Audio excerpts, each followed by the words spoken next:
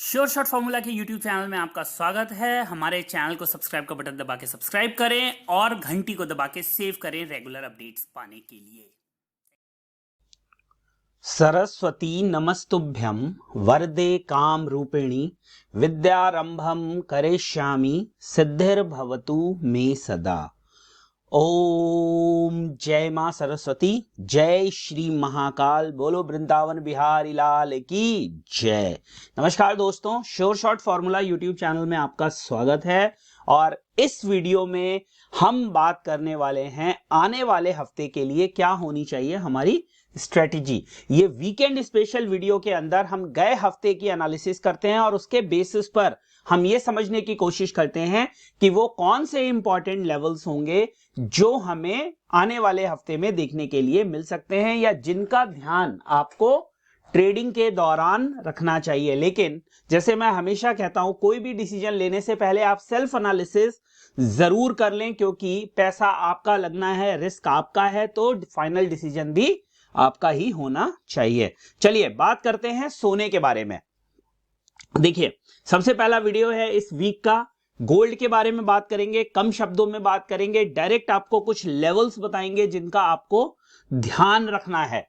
सोने के अंदर अगर आप देखें तो लगातार हमें एक तेजी देखने के लिए मिल रही है। इंडियन मार्केट में पहली बार, जी हां, लाइफ टाइम में पहली बार सोना 56,000 के ऊपर बंद होने में सफल हुआ है।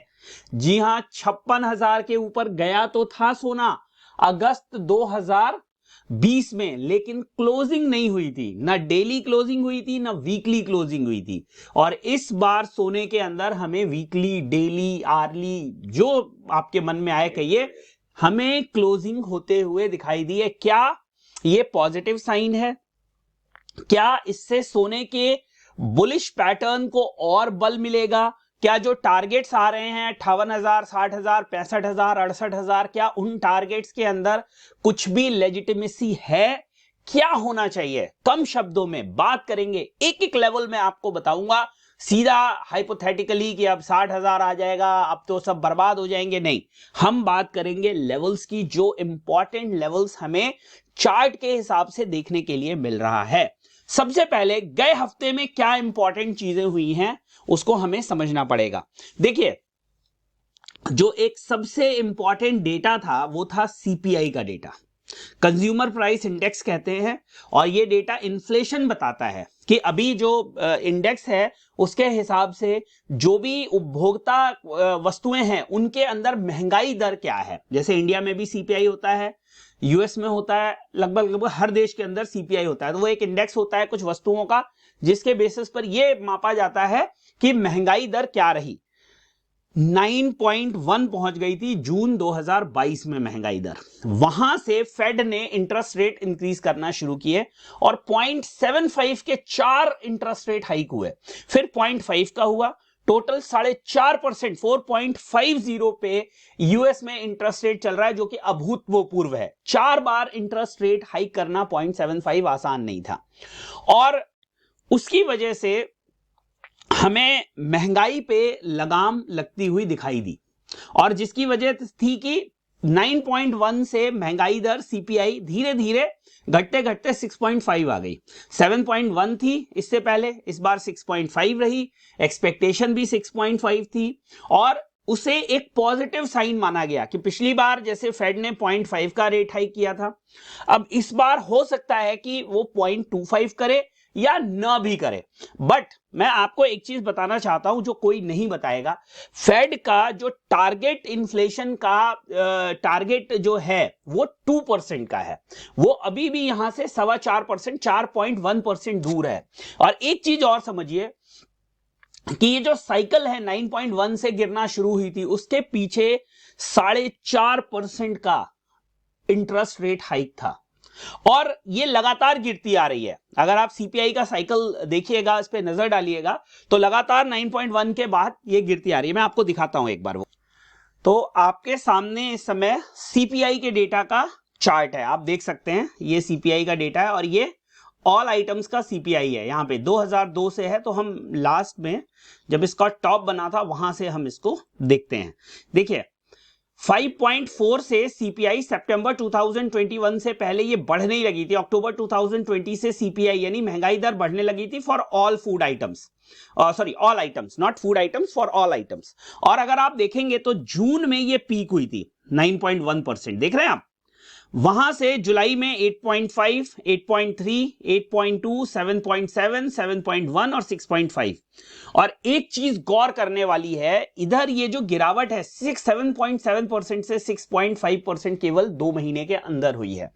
और पीक होने के बाद 9.1 और वहां से 6.5, उसी में अगर आप देखेंगे तो फेड ने भी 0.75% का interest rate hike back to back 4 बार किया और फिर किया 0.5%, जो इंटरेस्ट रेट को लेकर चला आया कहां पर 4.5% पे। अब ये 6.5% का है और फेड जो चाहता है कि वो कहां पर लेके जाए, इसको 2% पर लेके जाए, मतलब फेब 2021 के लेवल पर। अब जैसे ही ये रेट हाइक्स को रोकेगा या कम करेगा, ये जो इन्फ्लेशन धीरे धीरे मॉडरेट हो रहा है, कम हो रहा है, हो सकता है कि हमें एक बार वापस इसके अंदर बढ़ोतरी देखने के लिए मिले। ये सिचुएशन मैं हाइपोथेटिकल बोल रहा हूं, केवल इस पे बोल रहा हूं कि जो महंगाई दर थी, सीपीआई था, इन्फ्लेशन था, वो डायरेक्ट कम हुआ है। 9.1 से एक तरफा गिरावट देखने के लिए मिली है। हो सकता है आने वाले महीनों में हमें इसमें कुछ भी बढ़त देखने के लिए मिले, जो फिर से एक बार अलार्मिंग फैक्टर हो सकता है। और ऐसा नहीं है कि ये पहली बार हुआ, इससे पहले भी इन्फ्लेशन गिरने के बाद वापस आया है, वापस इंक्रीज हुआ है और ज्यादा तेजी से इंक्रीज हुआ है। तो ये चीज हमें ध्यान में रखनी पड़ेगी। ये एक फैक्टर है जो थोड़ा बहुत नेगेटिव हो सकता है।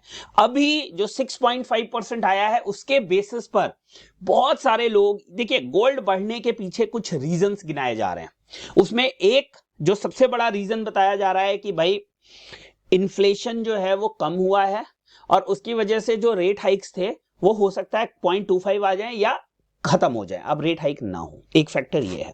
दूसरा फैक्टर, चाइना पूरी तरह से ओपन हुआ है तो वहां पर हमें गोल्ड के अंदर खरीदारी देखने के लिए मिले। लेकिन इस फैक्टर को मैं थोड़ा सा पूरी तरह से नहीं लूंगा। क्योंकि चाइना की सिचुएशन बहुत खराब है। दो चाइना डेटा नहीं देता है सही, बट जिस तरह की चीजें निकल कर आ रही हैं, करोड़ों लोग कोरोना से संक्रमित हो रहे हैं, नए नए म्यूटेशंस हो रहे हैं, पता नहीं वहां पर चीजें कब तक पूरी तरह से सही हों। तो खोलना नेगेटिव रहा है या पॉजिटिव रहा है ये कहना अभी मुश्किल है। और वो आपको क्रूड के अंदर देखने के लिए मिल सकता है कि क्रूड के प्राइसेस अभी भी उस तरह से रिबाउंड नहीं हुए हैं जैसी एक्सपेक्टेशन की जा रही थी। बार बार 6500 6600 जाने के बाद क्रूड ऑयल के प्राइसेस नीचे आ जाते हैं। लेकिन ये एक फैक्टर गिनाया जा रहा है कि चाइना ओपन हुआ है, वहां से बाइंग आ रही है, सेंट्रल बैंक्स बाई कर रहे हैं, पॉलिटिकल अनसर्टेनिटी है, रिसेशन की बात की जा रही है। ये सारे फैक्टर्स गोल्ड के पॉजिटिव मूवमेंट को कंट्रीब्यूट कर रहे हैं और इसमें कोई दो राय नहीं है, मूवमेंट पॉजिटिव है। 1615 का जो लो बना था गोल्ड के अंदर, 1615, मैं कॉमेक्स की बात कर रहा हूं, वहां से हमें एक तरफा तेजी सोने के अंदर देखने के लिए मिली है। और आज 1920 1925 अगर मैं फ्यूचर की बात करूं और 1922-23 अगर मैं स्पॉट की बात करूं, 1922-23 1926 फ्यूचर गोल्ड ट्रेड कर रहा है। तो ये कहने में बिल्कुल कोई संकोच नहीं होना चाहिए कि सोने के अंदर एक अच्छी तेजी देखने के लिए मिली है। और ये तेजी कोई बहुत लंबे पीरियड में नहीं आई है, ये मात्र 2-2.5 महीने के अंदर हुआ है। मैं इंटरनेशनल चार्ट को भी आप लोगों के साथ डिस्कस करूंगा, जरूरी है, ताकि आप उसको समझें कि किस तरह की हमें लगभग अगर देखा जाए तो 20% की तेजी देखने के लिए मिली है इंटरनेशनल। आप सोचिए ना, 1600 से 1925 लगभग 300 पॉइंट्स हो गया ना, और 320 पॉइंट्स होगा टू बी प्रिसाइज अगर 20% की बात करें। इंडिया के अंदर वो तेजी थोड़ी सी कम रही। अगर हम बॉटम टू टॉप पकड़ें तो 49,000 का बॉटम बना है और 56,000 का टॉप बना है। तो लगभग 7,500 पॉइंट की तेजी हमें देखने के लिए मिली है। कुछ तेजी कम इस वजह से रही है क्योंकि रुपया इसी ड्यूरेशन में मजबूत हुआ है। एक चीज और, डॉलर इंडेक्स के अंदर हमें नरमी देखने के लिए मिली है। जो डॉलर इंडेक्स 115 था, चलिए उसको भी एक बार दिखा देता हूं आपको, पूरे परिप्रेक्ष्य को। देखिए वीडियो थोड़ा लंबा होगा लेकिन हर बात हम कर रहे हैं तो थोड़ा आपको समझना पड़ेगा। चलिए, तो ये डॉलर इंडेक्स का चार्ट है। अगर आप देखेंगे तो इसका जो पीक था वो बना था सितंबर में, और ये पीक था 114.1670 के आसपास, और वहां से हमें एक गिरावट देखने के लिए मिली है। और अभी जो चल रहा है ये 101.50 के आसपास चल रहा है। अगर आप सपोर्ट देखेंगे तो जो मेजर सपोर्ट है वो 101 के आसपास है, 101 से 100 के आसपास। अगर $100 के आसपास, जो कि साइकोलॉजिकल लेवल है, अगर यहां पर dollar index peak bottom out होता है, सॉरी पीक नहीं, बॉटम आउट होता है अगर, तो हमें यहां से एक रिकवरी देखने के लिए मिलेगी। टॉप कहां बना है? टॉप बना है यहां पे, और ये लेवल था 114.70 के आसपास। और एक जो मेजर सपोर्ट है, जो मेजर लेवल है डॉलर इंडेक्स के लिए, बिकॉज ये बहुत बड़ा रीजन है गोल्ड के ऊपर बढ़ने की तरफ। अगर मैं इन दो चार्ट्स को कंपेयर करूं, मैं कॉमिक्स वाले वीडियो में करूंगा, तो आप देखेंगे जैसे जैसे डॉलर इंडेक्स नीचे आया है, सीधे उसी के अनुरूप, यानी उसी के परसेंटेज में या उसी से ज्यादा उसके चार्ट से गोल्ड भी ऊपर की तरफ गया है। तो ये दोनों एक दूसरे के इनवर्सली प्रोपोर्शनल होते हैं, यानी डॉलर इंडेक्स बढ़ेगा तो गोल्ड नीचे जाएगा, डॉलर इंडेक्स घटेगा तो गोल्ड ऊपर जाएगा, ये होते हुए दिखाई दिया है। अब ये सपोर्ट है इंपॉर्टेंट, अगर यहां पर ये सपोर्ट होल्ड होता है और वापस अगर हमें डॉलर इंडेक्स ऊपर की तरफ जाता हुआ दिखाई देता है तो गोल्ड के अंदर नरमी हो सकती है। ठीक है, और विस्तार से इन दोनों चार्ट्स का कंपैरिजन मैं करूंगा जो कॉमिक्स का वीडियो बनाऊंगा। लेकिन अब आप समझ गए होंगे कि कौन से इंपॉर्टेंट फैक्टर्स हैं जो कि गोल्ड की तेजी में कंट्रीब्यूट कर रहे हैं। तो ये कुछ इंपॉर्टेंट फैक्टर्स थे जिन्होंने गोल्ड के प्राइसेस को ऊपर की तरफ ढकेला है, या जिनकी वजह से गोल्ड मजबूत हुआ है इंटरनेशनल मार्केट में, और वही हमें इंडियन मार्केट में भी होता हुआ दिख रहा है। चलिए, फैक्टर्स तो आपको समझ में आ गए। अब हम चलते हैं थोड़ा चार्ट पे और एनालिसिस करते हैं कि पिछले हफ्ते में हुआ क्या है।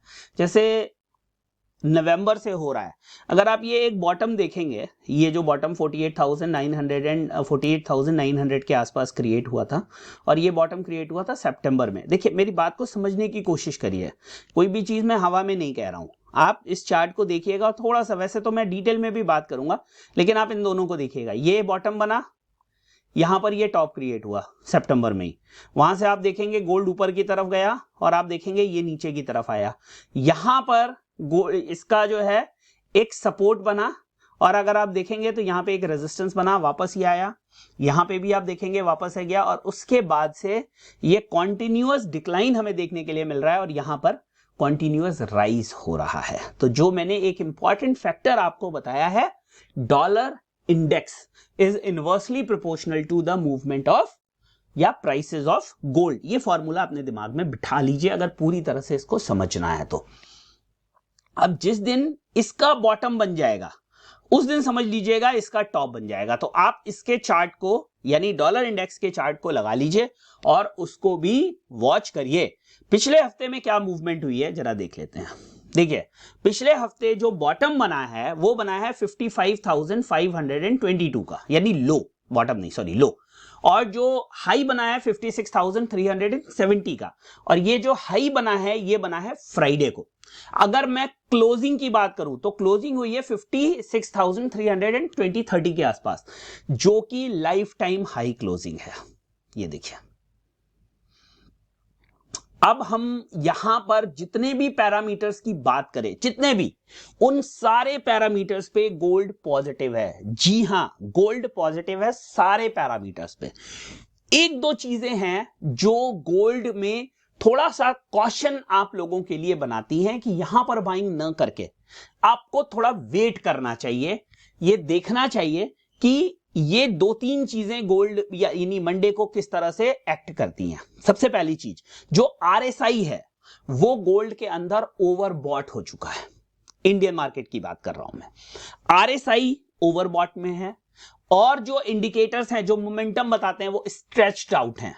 चाहे वो शॉर्ट टर्म चार्ट हो या मीडियम टर्म चार्ट हो या मंथली चार्ट जैसा लॉन्ग टर्म चार्ट हो, वहां पर भी जो आरएसआई है जिसको रिलेटिव स्ट्रेंथ इंडिकेटर या इंडेक्स कहते हैं, वो ओवरबॉट है, एक रीजन। दूसरा रीजन जो बहुत इंपॉर्टेंट है वो ये है कि जो डॉलर इंडेक्स है वो $101 के आसपास है। $100 से, $100 से $101 एक इंपॉर्टेंट सपोर्ट हो सकता है, जो कि एक निगेटिव फैक्टर हो सकता है गोल्ड के इस मोमेंटम के लिए।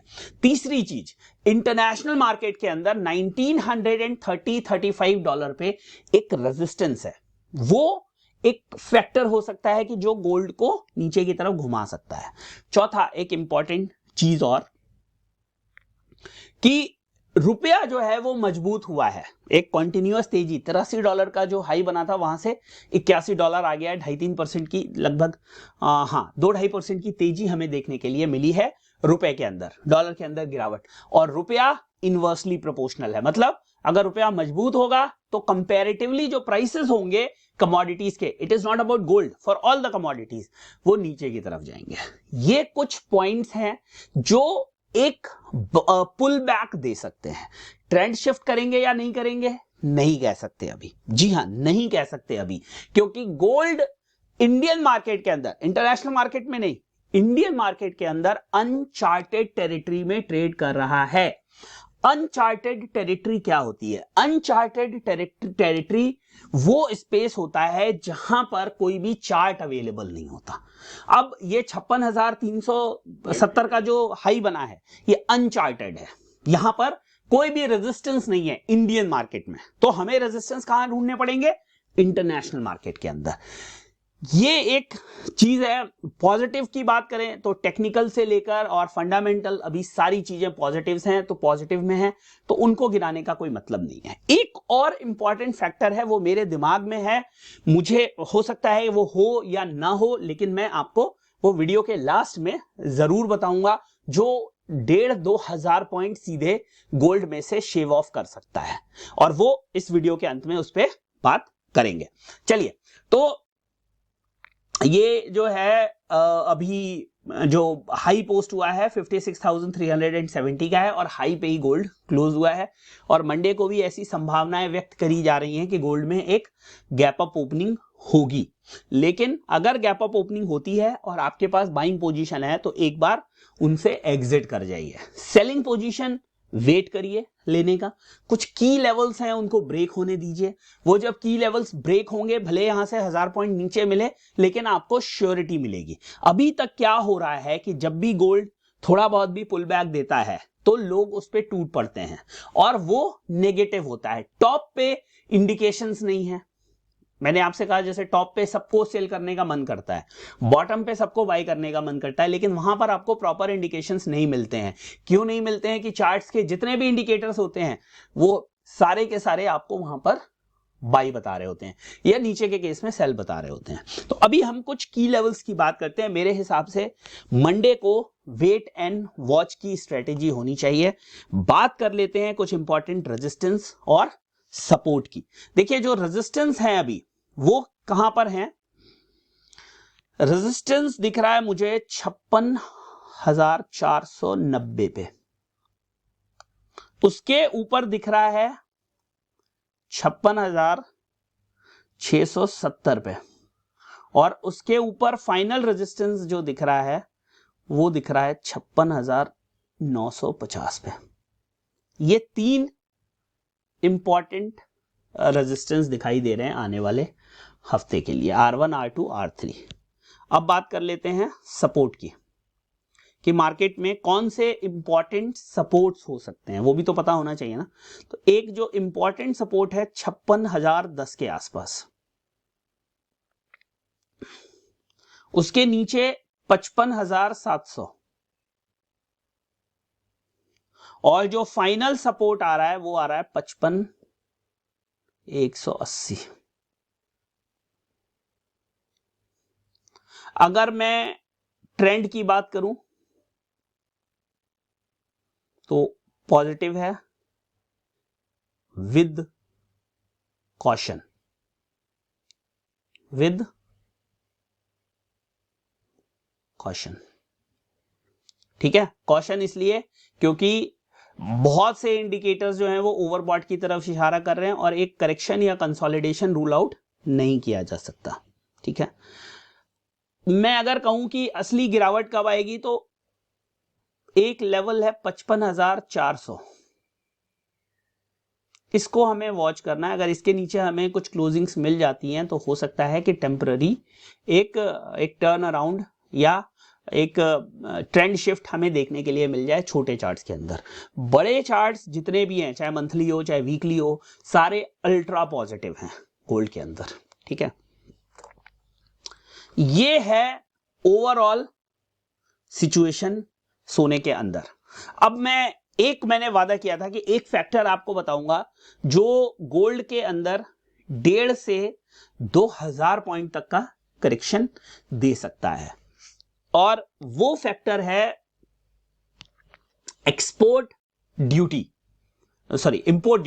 इंपोर्ट ड्यूटी जो पिछले जुलाई में 10.75 से बढ़ाकर 15% कर दी थी, इस बार कॉमर्स मिनिस्ट्री ने और व्यापारियों ने प्रपोजल भेजा है मिनिस्ट्री ऑफ फाइनेंस को कि अपकमिंग बजट के अंदर उसमें एक ढील दी जाए, बिकॉज जो सोने का आयात था वो 27% तक गिर गया है। जी हां, 27% तक गिर गया है क्वार्टर ऑन क्वार्टर, अगर पिछले साल में कंपेयर किया जाए तो ये एक चीज हो सकती है। अगर वहां पे 3 से 5% की कटौती की जाती है तो उसका हमें एक डायरेक्ट इंपैक्ट देखने के लिए मिल सकता है। That can be one of the reason. अब कंक्लूजन की बात करें इस पूरी कहानी की, तो मैंने आपको कुछ फैक्टर्स बताए हैं जो गोल्ड की तेजी में कंट्रीब्यूट कर रहे हैं, और कुछ फैक्टर्स मैंने बताए हैं जो इसकी तेजी पे ब्रेक लगा सकते हैं। इंडियन मार्केट में जो मेरी स्ट्रेटजी है, जो मेरी एडवाइस है आप लोगों को, वो है wait and watch. Wait and watch, थोड़ा समय इंतजार करिए। बाइंग भी अगर करनी है आपको फ्रेश, अभी तक नहीं करी है, तो भी एक गिरावट का वेट करिए, क्योंकि अगर यहां से गोल्ड घूम जाता है, देखिए अगर आप इतिहास में जाएं तो आप देखेंगे जब भी इस तरह की बढ़ोतरी आती है तो जो उसमें जो करेक्शंस होते हैं वो बहुत फास्ट होते हैं। हो सकता है यहां पे कोई भी हफ्ता गोल्ड के लिए 3-4 हजार पॉइंट तक की गिरावट का हो सकता है।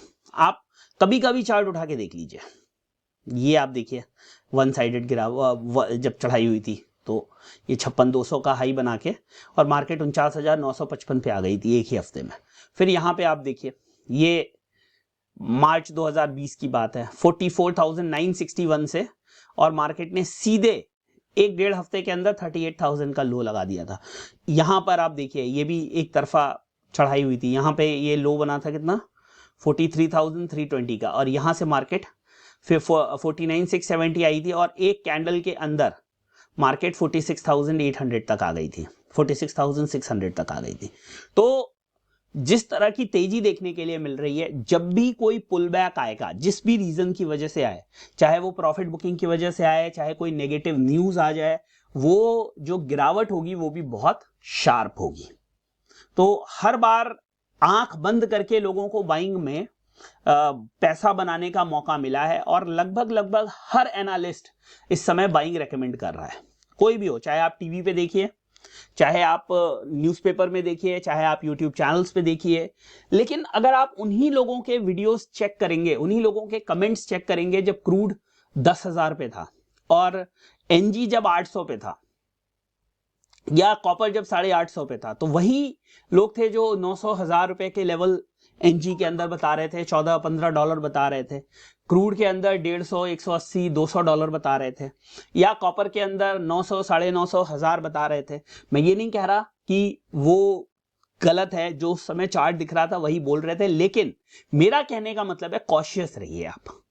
बाइंग यहां पर करना सुसाइडल है अनटिल एंड अनलेस आपको एक स्टॉप लॉस मिले जो छोटा स्टॉप लॉस हो, 100-150 पॉइंट का स्टॉप लॉस हो, आप बहुत रिजिड हो, क्योंकि अगर यहां उस स्टॉप लॉस पे निकल जाए, क्योंकि अगर यहां फंस गए हम, मान लीजिए हमने 10 में 50-50 रुपए कमा लिए और एक में हम फंस गए, तो जो मार्केट की गिरावट है वो बहुत स्विफ्ट। अब आपको क्या लगता है, जो यहां पे फंसा होगा या जो यहां पे फंसा होगा वो प्रॉफिट में कैसे निकलेगा? भाई इतने में जो उसने रोल ओवर्स किए होंगे, कम से कम गोल्ड 5-7 हजार पॉइंट तो या 3-4 हजार पॉइंट तो उसके रोल ओवर में ऊपर चला गया होगा। तो जब भी आप टॉप पे फंस जाते हैं या आप बॉटम पे फंस जाते हैं तो मुश्किल होता है एग्जिट करना। जैसे एनजी में लोग फंसे हुए हैं, 600, 650, 700 पे लोग बाइंग करके फंसे हुए हैं, 1000 रुपए का वेट कर रहे थे। अब आप सोचिए कि अगर ऐसे लोगों को रोल ओवर्स मिले होंगे 30-30, 40-40 रुपए ऊपर के, तो उनकी कॉस्टिंग क्या चली गई होगी, कब प्राइसेस आएंगे। और जब मार्केट बढ़ती है, समझिए मेरी बात समझिए, अगर आप सेलिंग में बाइंग में फंस गए तो आपके लिए जो एग्जिट है वो उतना ही मुश्किल होता जाता है। जैसे कोई आदमी 600 पे सेलिंग में, सॉरी मैं गोल्ड की बात कर लेता हूं, थोड़ा सा वीडियो लंबा हो रहा है लेकिन मैं जो कह रहा हूं उसको समझने की कोशिश करिएगा, क्योंकि मुझे ये फीलिंग आ रही है कि अब कभी भी बर्स्ट आउट हो सकता है। जरूरी नहीं है कि मैं बोलूं कि मंडे से ही हो जाए, हो सकता है 56,500 से हो, 56,800 से हो, 57 से हो, 57,200 से हो, लेकिन ये जो बर्स्ट होगा वो बहुत से लोगों को डुबाएगा। तो इसीलिए मैं ये वीडियो थोड़ा लंबा बना रहा हूं, थोड़ा डिस्कशन ज्यादा कर रहा हूं, नहीं तो इतने में 5 वीडियो बन जाते हैं। अगर आपने 55 हजार पे सेल किया मान लीजिए गोल्ड, और वो 57,000 चला गया, तो आपको केवल 3% चाहिए गिरावट के लिए। समझिए मेरी बात, केवल 3% चाहिए गिरावट का। लेकिन अगर आपने 56,000 पे बाई कर लिया और वो 54,000 चला गया या 53,000 चला गया, तो जो रिकवरी है आपको वो बड़ी चाहिए। जी हाँ, समझिए मेरी बात, रिकवरी जो है वो आपको बड़ी चाहिए, परसेंटेज टर्म्स पे ज्यादा चाहिए। इसको थोड़ा सा हम ऐसे समझते हैं कि आपने कोई चीज मान लीजिए सेल करी सॉरी 400 पे और वो 500 चली गई, तो आपको गिरावट कितनी चाहिए, 20% प्राइसेस के अंदर। भाई 100 रुपए की गिरावट चाहिए आपको आपके रेट आने के लिए। लेकिन वहीं पे अगर आपने कोई चीज मान लीजिए बाय कर ली 400 पे और वो 300 चली गई, तो आपको 33% की तेजी चाहिए 100 रुपीज बढ़ाने के लिए उसको। तो हमेशा जो बाइंग में फंसा हुआ आदमी होता है उसको जो तेजी है वो ज्यादा चाहिए होती है। दूसरी चीज, अगर कोई भी चीज जिसका फ्यूचर कॉन्ट्रैक्ट तेज है तो हमेशा बायर के लिए रोल ओवर कॉस्टली होता है। और अगर फ्यूचर कॉन्ट्रैक्ट उसमें चल रहा है, डिस्काउंट में चल रहा है, तो सेलर के लिए रोल ओवर कॉस्टली होता है। गोल्ड और सिल्वर में 90% टाइम्स जो रोल ओवर होता है वो सेलर के फेवर में होता है। आप अभी भी देखेंगे तो गोल्ड के प्राइसेस लगभग 400 से 500 रुपए ऊपर की तरफ है। तो अगर बायर को 3 रोल ओवर करने पड़े तो उसके रेट्स और बढ़ जाएंगे, सेलर को अगर 2-3 रोल ओवर करने पड़े तो उसके रेट्स घट जाएंगे। इन सब बातों का याद रखिए। मैं ये बिल्कुल मना नहीं कर रहा हूं कि यहां पर बाइंग नहीं करनी चाहिए। अगर आपके पास आपके स्ट्रॉन्ग रीजंस हैं बाइंग करने के, आपके पास एक प्रॉपर स्टॉप लॉस है, तो बाइंग करिए, लेकिन कोशिश करिए कि एक सपोर्ट पे बाइंग करें आप, ना कि टॉप पर फंसे। आप वो लास्ट आदमी ना हो जो डिस्ट्रीब्यूशन में माल पकड़ के बैठे हो, कि जहां पर सब माल निकाल रहे हो और आप वहीं पे खरीद के बैठ गए। ये है दोस्तों ये गोल्ड का बड़ा सा एनालिसिस। मैं माफी चाहता हूं अगर ये वीडियो बड़ा हुआ हो। अच्छा लगे तो लाइक करिएगा, जो बातें मैंने कही हो उनसे आप रिलेट कर सकते हो तो इसे लाइक करिएगा। कमेंट सेक्शन में बताइएगा और कुछ आप ऐड करना चाहते हो जो मुझसे मिस हो गया, और किसका वीडियो आप देखना चाहते हैं ये भी बताइएगा। हमारे साथ एंजल ब्रोकिंग में अकाउंट खुलवाइए, हमें सपोर्ट करिए, हमारी टीम को सपोर्ट करिए, ताकि हम और अच्छा कंटेंट आपके लिए लेकर आ सकें। और बस इसी तरह अपना प्यार विश्वास बनाए रखिए। बहुत बहुत धन्यवाद। जय हिंद, वंदे मातरम।